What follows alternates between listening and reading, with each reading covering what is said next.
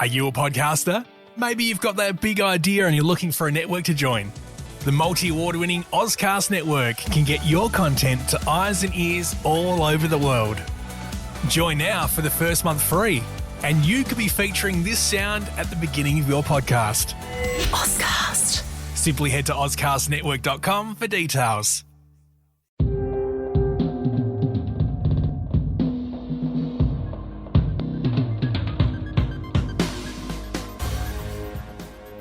So, Nick, when Facebook, Instagram and WhatsApp all go down, do you think it's worth calling emergency services? Well, if you don't call them, maybe you should call Ghostbusters. That being said, we had our own emergency. We were going to record this episode last night, and then within probably half an hour before recording, you're like, hey, the store's gone down. So, okay, we've got to make a decision. So sorry for the delay for all the listeners, but there were a couple of Apple announcements to be included, and they are a new iPad Air and iPad Mini. So initially, when you saw this, what did you think, and were you expecting more for something that's online only? Firstly, I was shocked.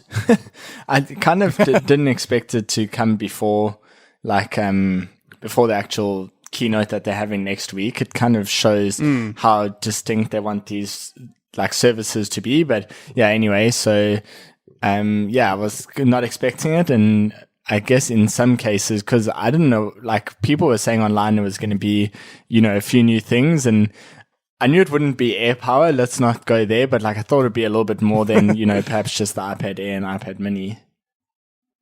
So do you think there's more to come though? Could this be this happens before and then we get the keynote and then maybe something's announced at the keynote, or there's something released after?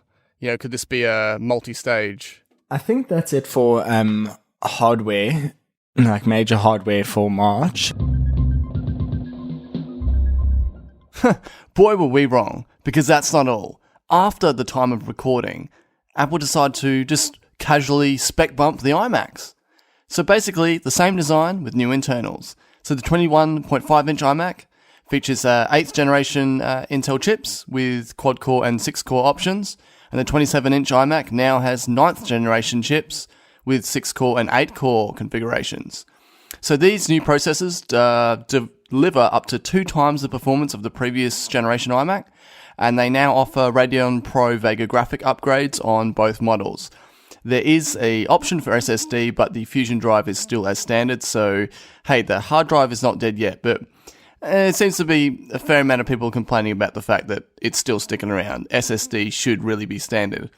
The 21.5-inch starts at 1,999 Australian, so that's the 4K display, and the 27-inch model is at 2,299 Australian at a 5K display. So the conversion to Australian dollars is actually increased even further, unfortunately. But now back to our previous conversation about the upcoming March event. One of the things I was thinking about is, what about watch bands? That's something I would have expected. So I'm surprised that there isn't the usual spring refresh of the watch band colors. So yeah, that if anything, I would expect that to possibly happen. But yeah, in terms of other major sort of, on the nav bar of their website, any of the products they have listed there, I wouldn't say we'll see any of that. Yeah, so I reckon watch bands will happen, and it will either just happen and appear online around the same time as the keynote, and I don't think it'll get a mention in the keynote at all. So I do think they are coming. We are due for some, but so iPad Air, this Air naming is sticking around. They've really solidified that with their choice of bringing back the MacBook Air per se. So this has kind of changed we now have a sort of a clearer lineup of iPads, so across all different sizes. So we now have a new 7.9-inch iPad Mini, the regular 9.7-inch iPad, which was released last year, a new 10.5-inch iPad Air, which is thinner and lighter than this 9.7-inch, of course, the 11-inch iPad Pro and the 12.9-inch iPad Pro.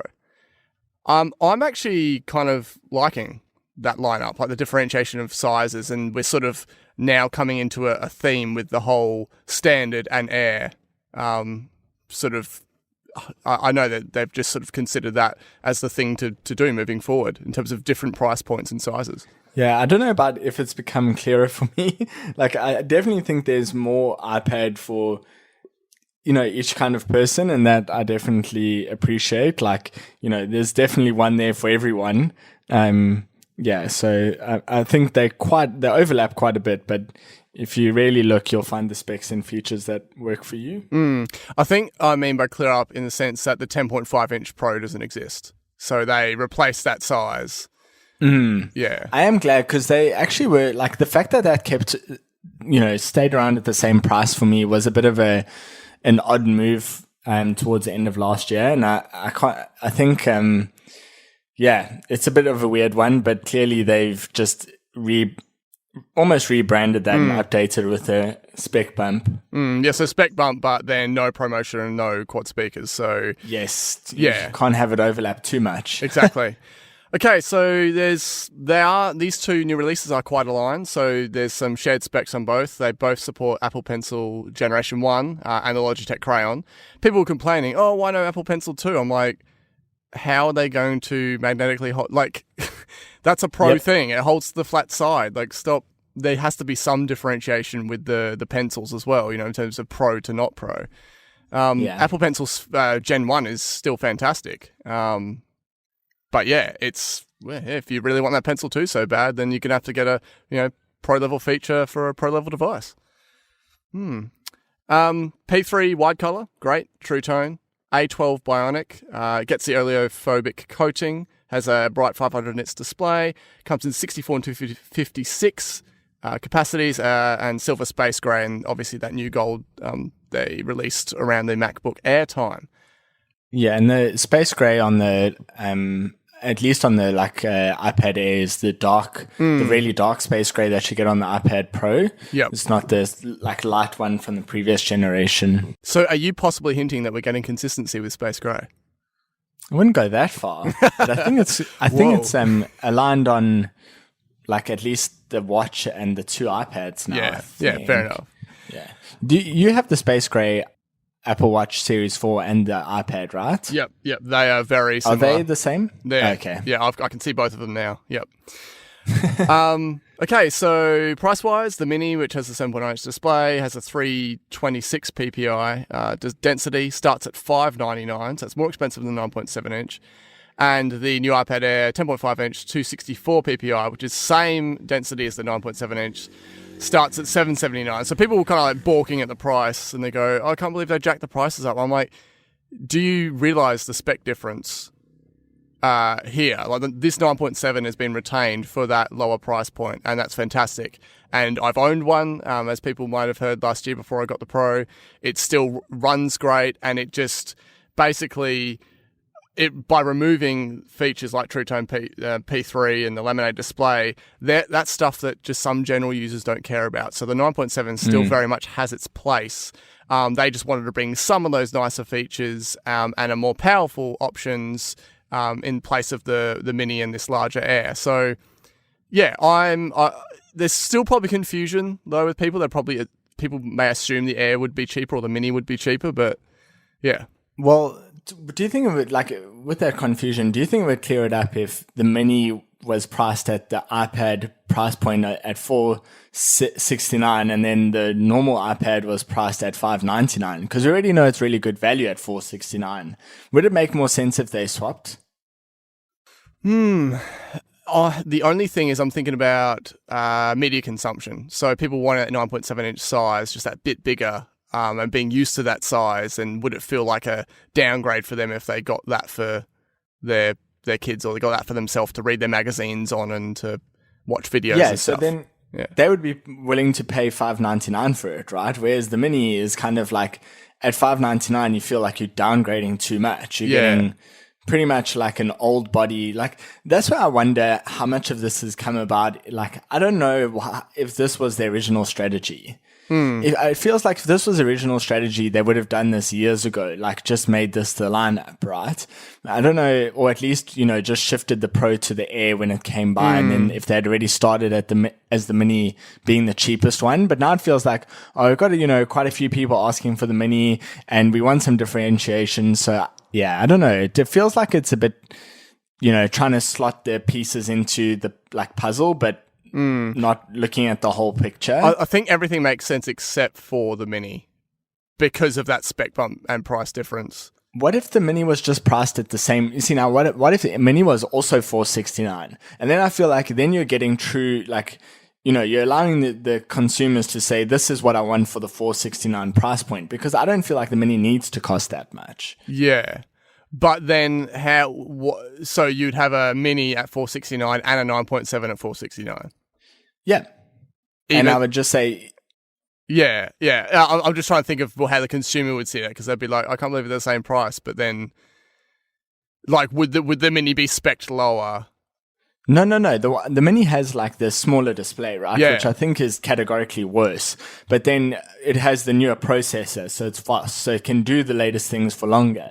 So you kind of trading that off against So you want normal iPad. So you want literally this new release, but at a cheaper price point, no changes to it. Yes, that's correct. So Okay. yeah, I'm just thinking of how they could shuffle prices to make this lineup more obvious. I don't know that someone my parents, for example, coming in there, which one should parents get? People that just want to browse the web. Yeah, because my in-laws and grandparent in-laws both bought Minis, and older Minis at that. So I think it was someone was selling a Mini 3rd gen or something for cheaper in one of the stores, assuming that was the cheapest iPad because it was the smallest. And I was like, no. I was like, this newer 9.7 inch at the time, I was like, that's the one to get. And they went out and got a Mini. I was just like, why did you do that? But yeah, it is just that general consumer confusion. I get it, but it also kind of begs the question is why was that smaller one made more power? Why could they have made a smaller one that was the same power as the 9.7, or would people scoff at that and make it even cheaper, or would people scoff at that too much because they'd feel like it's old tech? Yeah, I think they're not going to update this for a while. That's usually what happens, right? Yeah, we've seen that happen with the Apple TV. We've seen that happen with the there was one more device. It will come to me. Apple TV, iPod Touch, 6th gen, I think it is. That had cutting edge processor, same as the latest iPhone when it came out, and then for a few years doesn't really get updated. So, look, I think overall, if I look at the lineup, I'm pretty happy. Everyone knows I'm an iPad enthusiast, and I think, if someone says, oh, should I get an iPad? I can very quickly get them to a point of what they should actually get. And I just had one of my friends message me today saying, for work, we're thinking about getting iPads. Do you recommend the iPad Pro? And then it becomes pretty easy conversation now, right? How much do you care about 2nd gen pencil? How much do you care about 4 speakers? How much do you care about, whatever those, because it's between the Pro and then the Air for them. Yeah, it's kind of you can save some money by getting something that's really good for you. Or if you really care about the latest tech, there's one of the best pieces of hardware in technology at the moment. So yeah, I'm pretty happy with the lineup. So my previous 9.7 became Work's security camera running device. It's essentially hooked up to a huge TV, and then you can just touch on any of the little camera panels and zoom in and do whatever you need to do.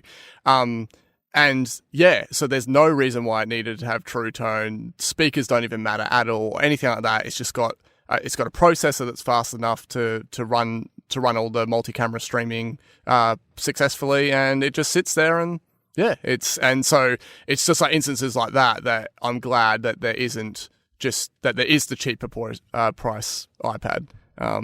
Just because there would be a lot of situations like that, people wanting to use tablets in the workplace where they're more stagnant, and not really something that's going to be used for media consumption or that often. Papaya, a quite vivid orange-ish smart cover color has come out. That's new. And also what seems like the 12.9-inch Pro now gets pink sand as a folio case.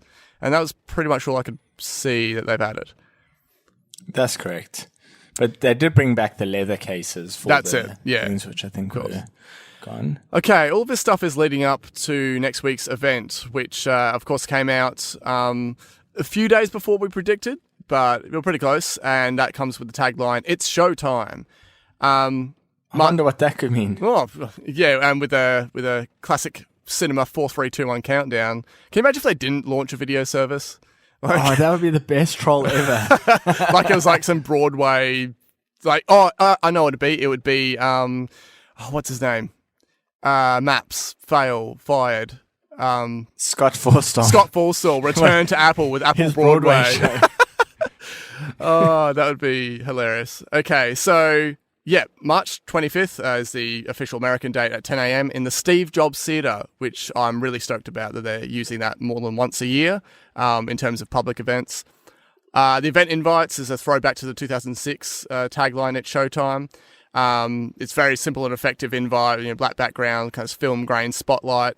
And for us in Australia, I did post this on our social accounts, but if you haven't seen it yet, depending on where you are, it's March 26th in the early morning, which is what we're used to. For WA, it's 1 a.m, Northern Territory 2:30 a.m, Queensland 3 a.m, South Australia 3:30 a.m, and New South Wales, ACT, Victoria and Tasmania 4 a.m. Are you going to get up to watch this, considering the services-centric content it's based on? Oh, certainly. Absolutely. This is like this is what they've been, pushing, like Apple is going to be for years now. So I'm really excited to see the pivot. And, even if I don't sign up on day one, it's still long-term, probably something I'll be interested. So yeah, I'm pretty keen. And, I always enjoy seeing like Tim on stage. Hopefully we get a bit of Craig there to talk about the technology that's been implemented to make these things happen. And yeah, who knows what else they have, but I've been really enjoying the keynote. So I'll definitely be watching. How about you? Well, I'll be very surprised to see any hardware now that we've got these iPads. I think that was the main thing, given media consumption and reading magazines. So those devices are out there. So I'm glad that part is done, rather than sitting there waiting and be like, towards the end, waiting for one more thing or anything like that. So this is cool because it's a completely different type of event. Supposedly celebrities going to be there. And I'm actually going to be in Queensland at the time. So it'll be a 3 a.m. viewing. I don't know if that's better or worse than the 1 a.m. It's worse. Yeah, I think it's worse. Yeah. Actually, we'll see. Sorry, I think that 1 a.m. is one of the worst times. Sorry, take back what I was saying. The reason that I think that is because it's too early it's too early to like go to bed first and wake up for it. But then it's too late to actually really get a good sleep in afterwards. So actually, I think 3 a.m. is slightly better. Not great, but slightly better. I mean, considering I'm waking up at 4 a.m. most days these days anyway, because of the kids, I'll probably be used to it. But so I reckon, unless something drastic happens, then I plan on watching it.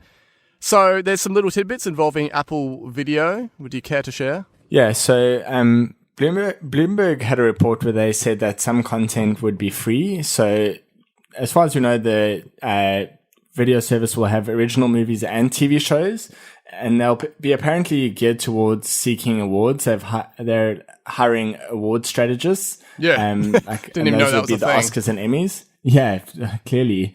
Well, we know that Netflix was Steven Spielberg tried to block streaming services from being eligible for the Oscars. Yeah, so I think award strategists must be a thing. And then obviously the awards will help draw subscribers and directors and actors. So so it comes from all angles.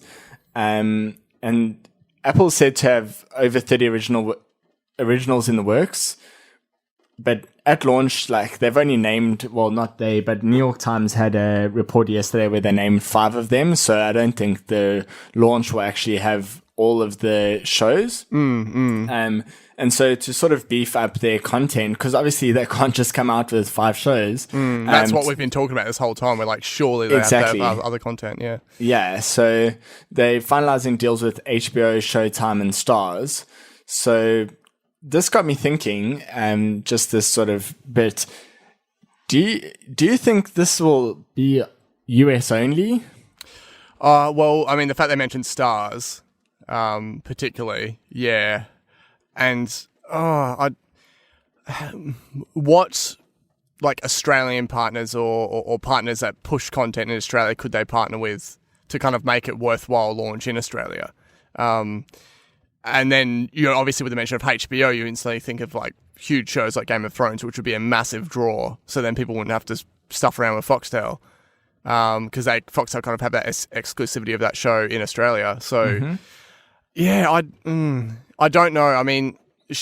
and I'm sure they've paid HBO a lot to make sure that is the case till the end of Game of Thrones, right? Like, I don't think they'll be giving away exclusivity. They've probably locked that in. Do you think that if this is the case, that they will launch the video service and have that available before the final season? Considering that's mid-April launch? I think it's US only, so I don't really think it really matters. Okay, so you're pretty confident when they launch it, this will be US and we probably won't get it for a year or something? Yeah, that's something I would expect to see. Obviously, it's something that would disappoint me because, I'd love to have see what it's about. But, yeah, that's probably my belief is that we'll see this as US only and for a while. Yeah. Because as you were saying, what content would they really get for like Australia specifically where they don't really have content deals? Yeah, because what's strange is that, so you know how Stan has like all the Disney stuff and then Disney announced their service. Yes. What's going to happen there? They're just going to strip Stan of all of that, and when that launches in Australia, I don't really know how that works because everyone's like, oh wow, Disney are taking all their stuff back, and I'm thinking, man, Stan just got really awesome with all this these new additions. So yeah, it's so hard between what US get and what Australia get. Yeah. We'll see in a few weeks. Yeah, well, apparently there's a deadline this Friday in terms of them getting partners, securing deals, and they're going as far as to offer special concessions just to try and get them on board. So, I mean, surely at this point they would have at least some big players. I mean, can you imagine if all the deals fell through like days before the event? Wow. I'm sure Eddie Q would join Scott Forstall. That would be awkward. Apple News. So Steve Troughton-Smith, often known for finding things within all these different betas, found references to different magazine types in the latest iOS betas. This includes different genres like automotive, fashion style, home gardening, science and tech, and heaps more. Apparently the magazines will be PDF-based with an offline reading option, which is a big plus. And they're going to use push notifications for new issues, similar to what Apple TV app has started to do in terms of pushing when new shows come out. Do you have a problem with the notifications for new shows? Because I've seen quite a few people have issues with that, but I personally don't. I'm cool with it. I don't know why. I think people had more of an issue with when they're like using notifications as a way to advertise shows that you're not currently watching. But people say that, right? But I've only had it for shows that I am watching. I've not had it for shows where I'm not watching. Yeah. I'm not sure. So I don't know if it's that they've opened, if you watch it in 10 play and you have Apple TV enabled, it will go into your App Next queue from 10 play, right? So it's kind of, has someone watched that on 10 play and then said, oh, why is Apple pushing this towards me, like a bit creeped out? I think that could be the case. But yeah, I don't know. You'll never know because people always say, oh, I didn't actually have to tell you. It just reminded me of something, right? I saw someone today with their AirPods in the wrong way, where the speaker was literally facing the back of their ear, and they were poking out gardening forks. It was ridiculous. It was one of the craziest things I've ever seen. So I've seen people. Did they end up looking like Chappie or something with these antennas coming out? Exactly. They looked like antennas. It was so bad. I just walked past in such shock and they were on the phone, so I couldn't exactly say, you've put your earphones in the wrong way. But good. I just think, how badly do you have to screw it up to actually do that? Oh man, that's awesome. Back to this news/magazine subscription. So available on iOS and macOS, and will offer a similar price structure to what Texture did, which is the app they acquired for this, $10 US a month. So, I mean, I'm actually kind of the more that we talk about this, particularly the magazine side of it, I'm more keen. When we talk about new subscriptions, as we discussed in previous episode, don't really care too much. But magazines... But PDF mags? Yeah, but you have PDFs that are... You can design PDFs to be like an interactive PDF, right? And that's what a lot of the digital magazines and stuff that I had were like, where the actual is like worked like a responsive... On texture or other ones you've seen? Other ones. So say I had like Metal Hammer, and it was you could tell it was actually designed, say in Design Layout program, exported as an interactive PDF, and actually adjusted its content size according to which way. So it worked like a responsive design website. So it's still a PDF, but it's not like I have to zoom in. So one of the like things that I'd heard was that Texture actually scanned the magazines and made them PDF. So that's the only, when I hear PDF, that's why I'm like more concerned. Because actually we had a similar service back in South Africa when I had an iPad 2 to indicate how long ago this was. And it was really popular, like a magazine service, and had really good magazines, both local and international. And I like subscribed for the free trial, and it was all, fine and well, but I never actually ended up using it after, a few days. So like, I'm not sure, given my history of using these things, it would have to be a hell of a lot better than just scanned PDF, which is kind of what these were. Yeah. So I doubt that it's going to have to be the direct file. Because that's any Mac subscription I've had has been the original, like the print file, but exported for digital. Like, surely. Yeah. We'll see. So, well, I would hope so. I mean, I think that Apple has a certain level, certain standards when it comes to quality, and I don't think scanned. Can you imagine a big coffee stain on like? Oh, it'd be horrible. Yeah. Okay, something I did struggle with a lot longer than I thought I would was the updated news icon. But I don't know what your thoughts were on it. I'm actually fine with it now, the more that I use news and stuff, and I basically shifted it next to something that didn't have a white background, and that helped a lot. But I was initially just, the white background thing didn't annoy me too much, but initially more put off just by the fact that the glyph itself, all the shapes within it weren't symmetrical. You got these two curved corners and you got the straight middle. Did any of that stuff get to you? Do you think it's a downgrade, or do you not really care? I do think it's a downgrade, but some of the stuff, I did think your design of one was better, the adjustments that you made, but it's I don't know, I wasn't too fussed about the corners and stuff, more around the use of the white background again.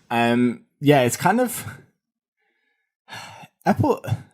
I'm not usually one to criticize, right? But Apple sort of set the app icon as a rigid shape originally for people to use that space, right? And to create something unique and engaging and so on, right? Now it kind of just feels like why have the white border around it? Why not just have the icon on Android or on Mac OS? So it kind of, to me, it's just are you making it look bad because you just have this white border around that you imposed? So I'm not convinced about the white border. In some cases, it's all right, and I didn't really mind it before this, but it's really almost every single one of Apple's apps now has it. So yeah, I wasn't fussed with other ones. Apple Music I'm fine with. Files I'm fine with, because I think it's just I just liked the previous one so much. I know it was, I guess, you could say whether it's skeuomorphic because it showed a newspaper per se. But there's just something kind of semi-cutesy and attractive about it, and while it was also still minimal. Whereas this one here, it's if you're going to use the N symbol that they've clearly created, then why did they introduce the curves? The negative space doesn't even form a full circle. So what does it mean? I've literally been stuck at work, staring at my phone, and my workmate's been like, "What are you doing?" I'm like, "What does it mean?" Just staring at the phone. And does it definitely not form a full circle? No, if you look at it right now, I can see it looks like an oval. Yeah, an oval, like a rugby ball. And then I'm like, what is it? Are they arrows pointing? And then someone else suggested, maybe they're trying to make it look like an S as well as an N. I'm like, well, why would they do that? And it's just... No, it's definitely not that. Yeah, and then obviously you got these people referring to the fact it looks like Dota 2, and it doesn't really look like anything in Dota 2. But anyway, it's... Okay, yeah, the color is one thing, but it's mainly I was like, you had a nice icon before. What's going on? But see...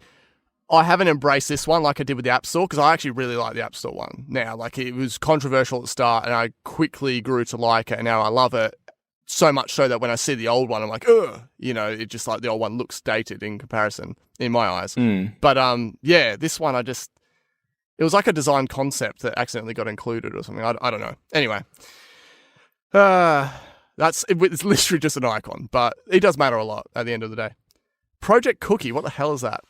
This is like some Apple credit card. So there have been some updates to the Wallet app in the latest iOS betas. So there's this rumor about the Apple credit card. So Apple's actually invited payment industry journalists to the event, and we know that they invite like journalists and public figures from industries when they're trying to sort of get interest from people associated with those industries. So, for example, they invite a lot of people from the fashion industry when they release the Apple Watch, trying to get people from that industry interested.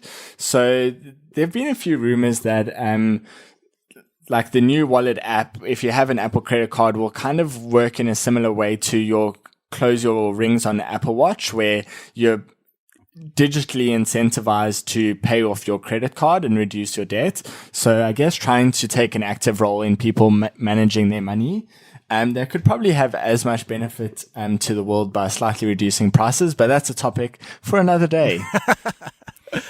What do you think about it? I've just had very little to do with this. This has just been some, like, I hear it floating around, here and there in things that are discovered, within the rumor cycle. But my first thought was why, and you sort of pointed out the incentives, but I was just kind of like, why? Like, I sort of thought they had enough payment related things in place, but yeah. Yeah, so it will be like, I would have figured they would expand Apple Pay Cash first, but we got to get Apple Pay Cash first.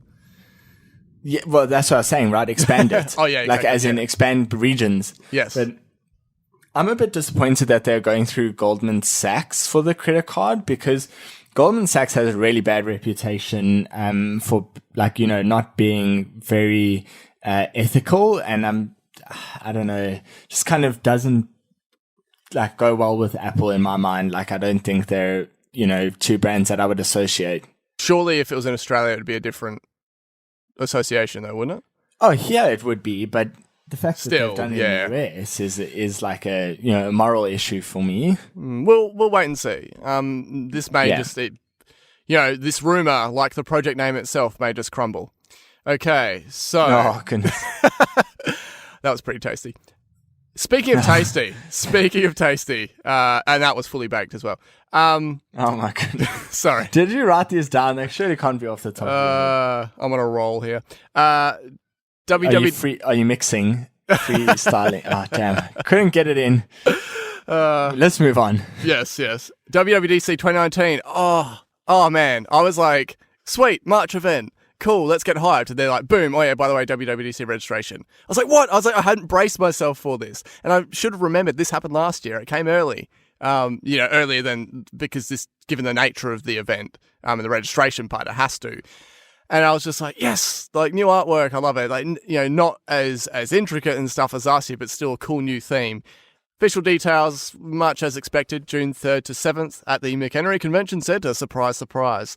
The event invites used the tagline, write code, blow minds, and literally it's like taking the mind blown emoji, but then replace it with an emoji, and then having it in kind of like a simpler vector line version, but neon as well, which is very much a sort of common visual trend that we've seen over the past year. Features the monkey, alien, robot, and skull, and includes essentially just bits of iconography from code and apps and that exploding out of the head.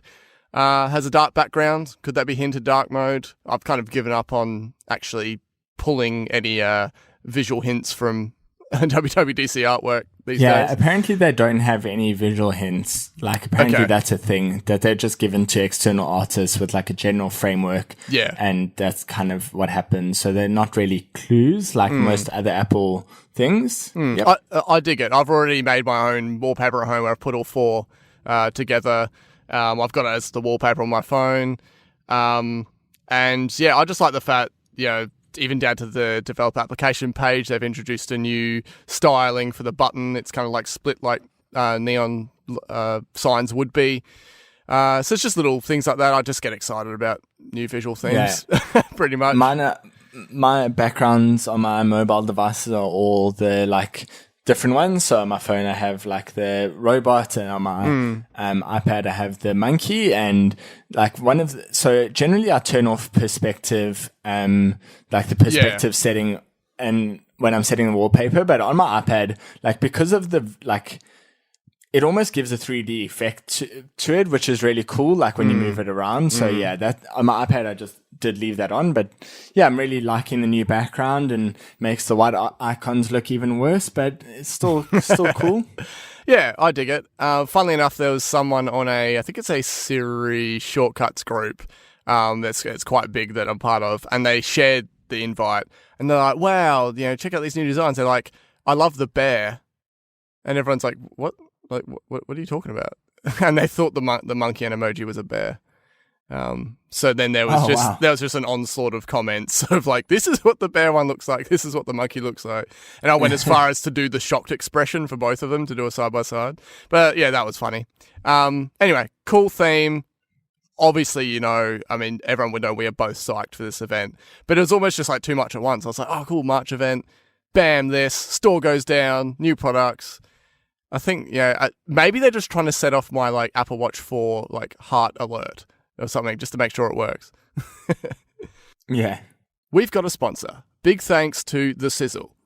Are you sick of trawling through blogs full of ads and sponsored content, social media riddled with influencers, and a collection of RSS feeds that never seems to end, just to stay on top of what's going on in the tech industry? Our new sponsor, the SIZZLE, can remove that burden for you. One email a day, delivered to your inbox every afternoon, packs all the information of tech news into an easy-to-read, ad-free, PR-free, influencer-free summary. Sign up now at thesizzle.com.au/slice. We subscribe to it and enjoy it, and if you like this podcast, you probably will too. So head on over to thesizzle.com.au/slice and sign up for the newsletter now. Thanks again to the SIZZLE for sponsoring this show. Okay, something we haven't covered for a while are Apple adverts in the Appletizers segment. So what did you think of the private side advert? Thought it was a good message, sort of showing people how they take privacy seriously in the real world, and relating that back to the iPhone at the end of the day. So it's a good message. I had to watch it a number of times. I was so excited to watch it, and then I kind of got lost in the fact that I was excited to watch it and then didn't really watch it. So I watched it a few times, and yeah, I think it's a good one. It's obviously something we always talk about as being one of our key reasons for, buying iPhone. Yeah, exactly. What did you think? Yeah, I like it. It's simple. It's snappy. It works with the music. I mean, a lot of these fast-paced, quick-cut ad formats is Apple style, at least over the past probably 2 years now. And so I certainly knew what to expect, but it's cool because almost every scene was relatable. You just got obviously the signage, you got trying to have a conversation when you're at a restaurant or a cafe. That's the classic thing. People don't usually carry on a conversation when someone comes up to them to give them their food. You got the urinal one, which was totally relatable. Lockers, blinds, the makeup in the car. I thought that one was funny. The guy's just creepily staring at her. But yeah, it's effective. It's totally relatable. And it ends with the final shot of the lady in bed with her iPhone, which obviously is just one of the most private environments. So I think it's no fuss, and it carries the message very strongly. So good job. Okay, Nick. Apple versus Spotify. What is going on? Oh man, this is absolutely huge. And I'm not entirely sure there's a right answer here. I definitely have some thoughts. So basically what's happened is Spotify is suing Apple in the EU because they basically say Apple is engaging in anti-competitive conduct by, and they lay out a few things, right? Primarily that saying that Apple prioritizes their own music streaming service, that they have not enabled like Spotify to work with Siri when Siri launched. Then they did another one talking about how Spotify is not supported directly on the HomePod, although they don't really say directly. They're just like, oh, not supported on the HomePod, even though that's because it's not supported by Siri. And they also mention numerous times where they've supposedly tried to make an Apple Watch and Apple's not accepted it. But I think what's really happening there is that the APIs didn't exist for them to make an Apple Watch that they wanted to.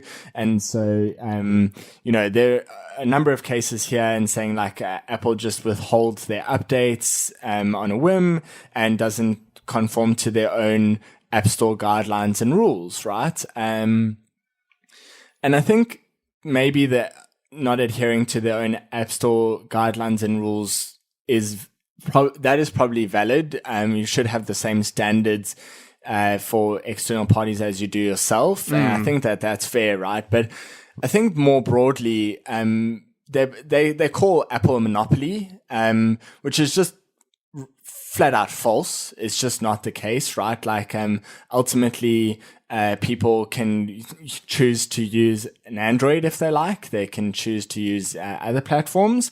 And Apple is not even the biggest platform, right? Anywhere in the world, really. So they can't really be a monopoly if they don't hold a monopoly. Hold the monopoly, Exactly. So, putting that argument aside, even if you say, well, the App Store on an iPhone is a monopoly, basically you can use the web if they had a really great web interface. And so basically, I think that some of their points are invalid, and Apple definitely thinks so. So Apple came out with a really strong statement in in Apple Newsroom website. And I've never seen Apple that like, it was almost like Apple became personified and took it personally. It was really pretty interesting to see some of the stuff that they came out with. They came out with like, low blows, which was like, well, one that I can think of, right, was they basically said that, I don't know how to like really word it, but basically said that Spotify, they only like, most of Spotify's customers are on their free tier. So already saying that Apple is not taking like 30% of the income, right? And then Apple's only taking 30% for the first year, 15% for thereafter. And, that's only when you sign up through the App Store, or through like, the app. And so that's an even smaller percentage. So they're saying that like, Spotify is really already paying them a really small amount, and it's basically they just want that number to be zero, accusing Spotify of just not wanting to play by the rules that everyone else plays by.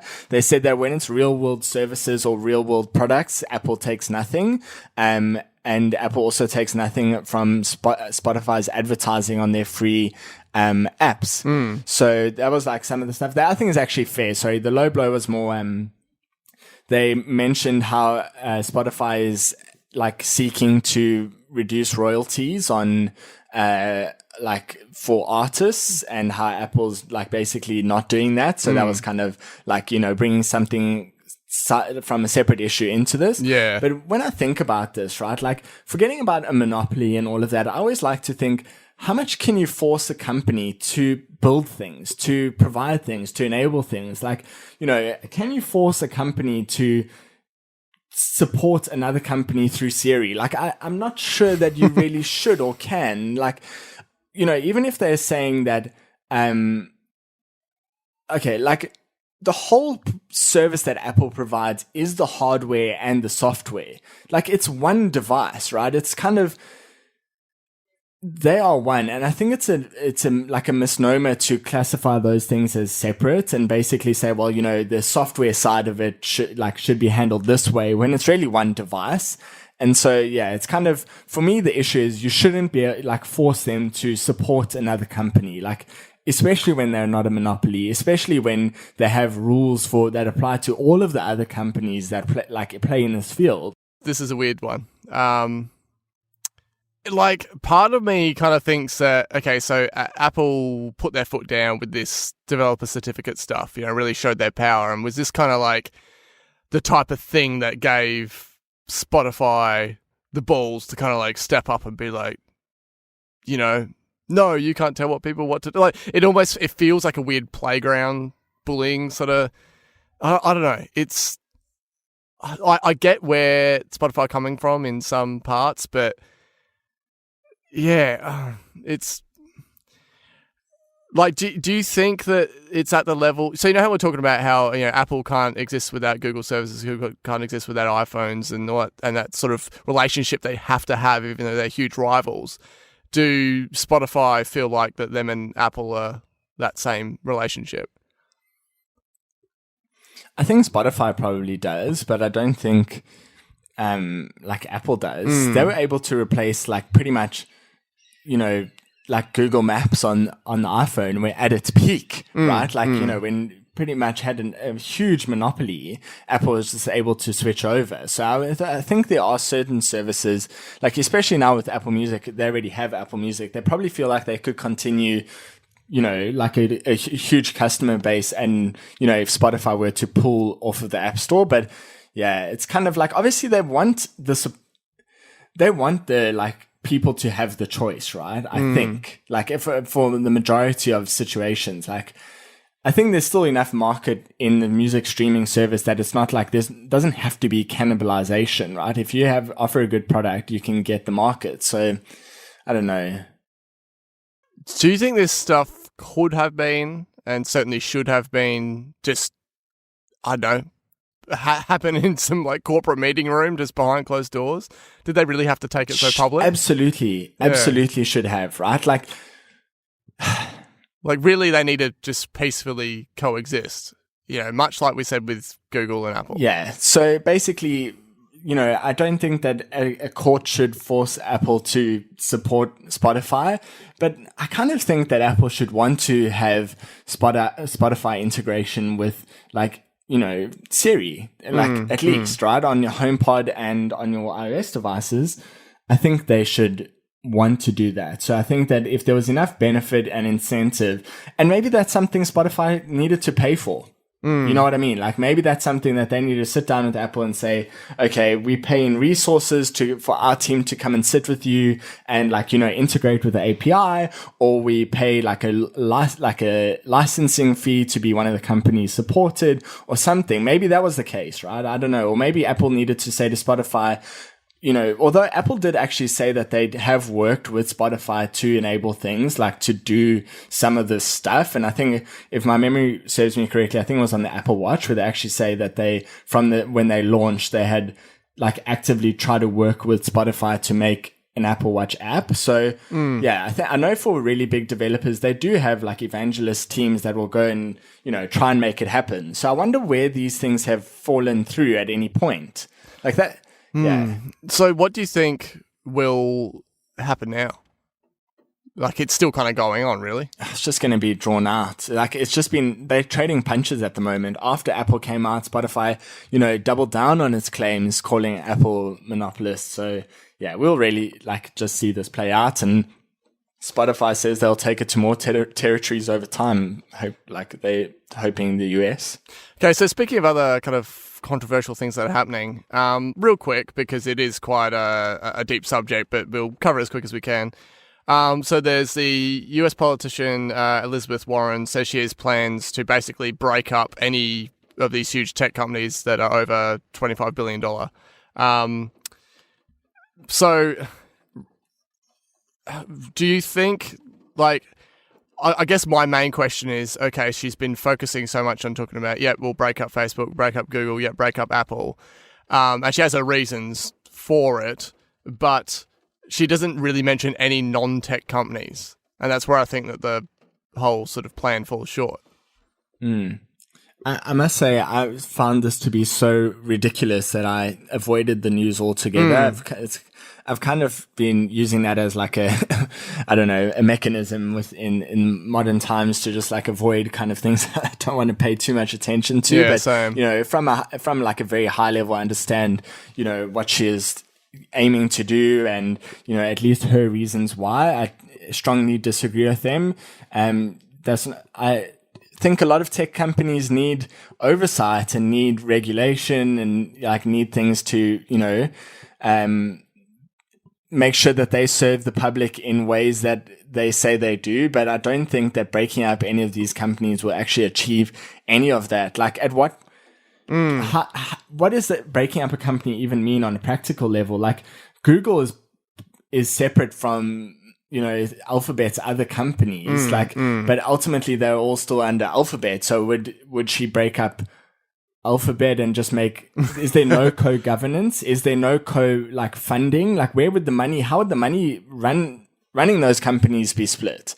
How do you do that on a very practical level? And then on like a consumer facing level, what does it mean? Like, when, you know, say a messaging component of something is pulled out, is split from the main app or something, and you've now gone into two apps and they might have different names. It's just, you know, just for the sake of breaking down this into individual companies that earn less, you know, even though they were originally come from the same source. So it's like, to me, it's just going to add, if you're breaking up companies and you're focusing on tech companies, they obviously offer services and there's apps associated with those services. So is it just going to end up with more apps?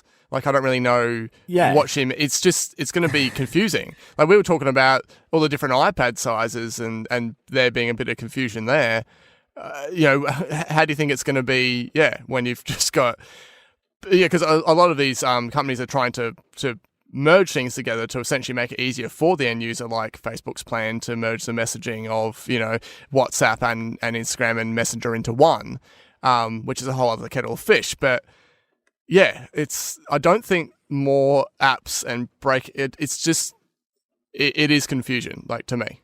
Yeah, and the line is so arbitrarily applied. Like, the 25 billion just means nothing. Like, what happens if, you know, you want to break, like, just looking at the headline of the article, wants to break up Apple because of the App Store. So you break the App Store off of Apple.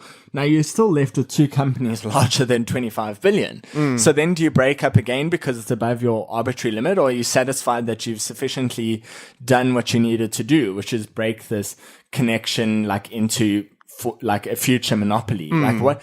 That's the thing. I don't really understand. Does that 25 billion, is that once off, or do you check back on this every year? Does it inflate? Like, none of these things are actually practically answered. And I think it's all fine and well to say, you know, big tech, but, you know, really there are tons of big industry things that could use this. And I don't know that she's actually addressed any of those practical levels. Like, yeah, if you break up Facebook into Messenger and Instagram and WhatsApp, that all have so much overlap, then do they get to all be one? I don't know. Do you break it into messaging or it's apps? It just makes no sense. And yeah, I can imagine her trying to break the iMessage app store out of iMessage or something stupid like that. Yeah. That will really bring down the value of the app store. Split in two. Yeah, exactly. But yeah, one thing that springs to mind that's not tech is Coke. You know, what are you going to do? Like, Coke owns Fanta, Coke owns a whole bunch of stuff. What are you going to do? Split the different soft drink types and mineral water types into separate companies again? Yeah, I don't know. It's, oh well. I guess I can see the intentions behind, you know, wanting to offer people the choice and not one big thing ruling everything, but I don't think she's quite thought it through. So that actually brings us to the end of episode 71 of Applesize. We are part of the Ozcast Network. Head to auscastnetwork.com. Thanks again to our first sponsor, the SIZZLE. You can sign up at thesizzle.com.au/slice. Please search in your player if you haven't already and subscribe, and you can leave a review in the Apple Podcast app, which is super appreciated, and applesize.com.au is where we post all the episode information. So, event coverage next episode. We haven't really discussed what we plan to do in regards to timing for this, considering that is next week. But definitely, if you follow us on Facebook, Instagram, and Twitter, we will let you guys know a date. So, I think we got some decisions to make. Yep. I mean, it's exciting either way. So, do you remember an event of this type? Really? Like a services only? Yeah, the last time I remember was an education 5 or 6 years ago. I think it was just after the iPad 3 or like iPad Retina. Yeah. And yeah, they had something like around iBooks Author or something like that. It was long ago, but yeah, that was the last time that was like pure software, and yeah, we all know where that landed up. All right, fantastic. So yeah, be sure to stay tuned to our social accounts, and you'll definitely get our feedback on the March event soon. So catch you guys later. See ya.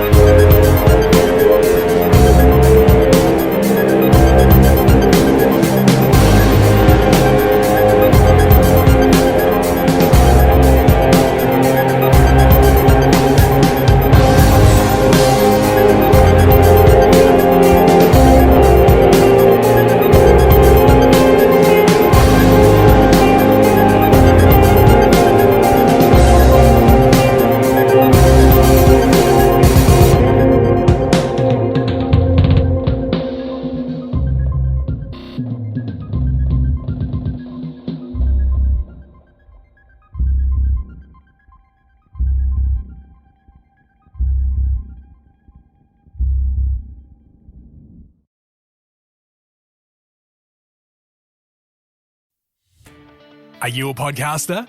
Maybe you've got that big idea and you're looking for a network to join. The multi-award-winning Ozcast network can get your content to eyes and ears all over the world. Join now for the first month free, and you could be featuring this sound at the beginning of your podcast. Ozcast. Simply head to ozcastnetwork.com for details.